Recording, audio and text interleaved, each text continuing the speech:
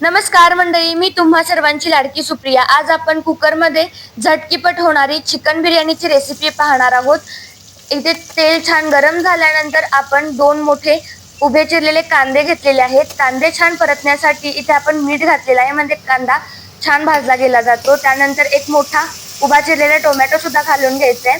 Tomato छान परतून झाल्यानंतर इथे आलं लसूण पेस्ट, धणे जिरे पावडर, लाल मिरची पावडर, त्यानंतर गरम मसाला थोडासा घातलेला आहे आणि बिर्याणी मसाला घालून घ्यायचा आहे। बिर्याणीचा बेत करायचं म्हटलं की नॉनव्हेज लवर्सच्या तोंडाला पाणी सुटतं, मग ती बाहेरून ऑर्डर करणं असू दे किंवा घरात बनवणं असू दे। तर इथे आपण मॅरिनेशन वगैरे अजिबात केलेलं नाहीये चिकनला। तर इथे आता आपण मस्त हे मसाला भाजल्यानंतर अर्धा किलो चिकन स्वच्छ पाण्याने धुवून यामध्ये आपण घालून घ्यायचं।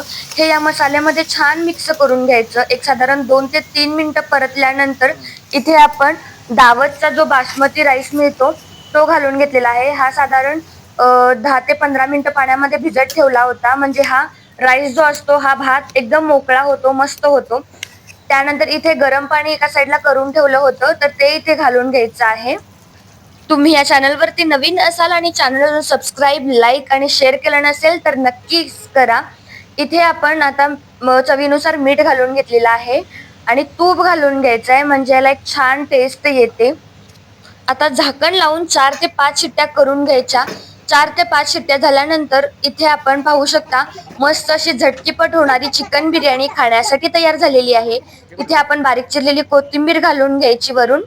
तुमच्या घरी एखादी पार्टी असू दे किंवा रविवारी नॉनव्हेजचा मेजवानीचा बेत असू दे, तर ही झटकीपट होणारी चिकन बिर्याणी तुम्ही करून पहा आणि कशी होते मला कमेंटमध्ये सांगण्यास अजिबात विसरू नका। थँक्यू।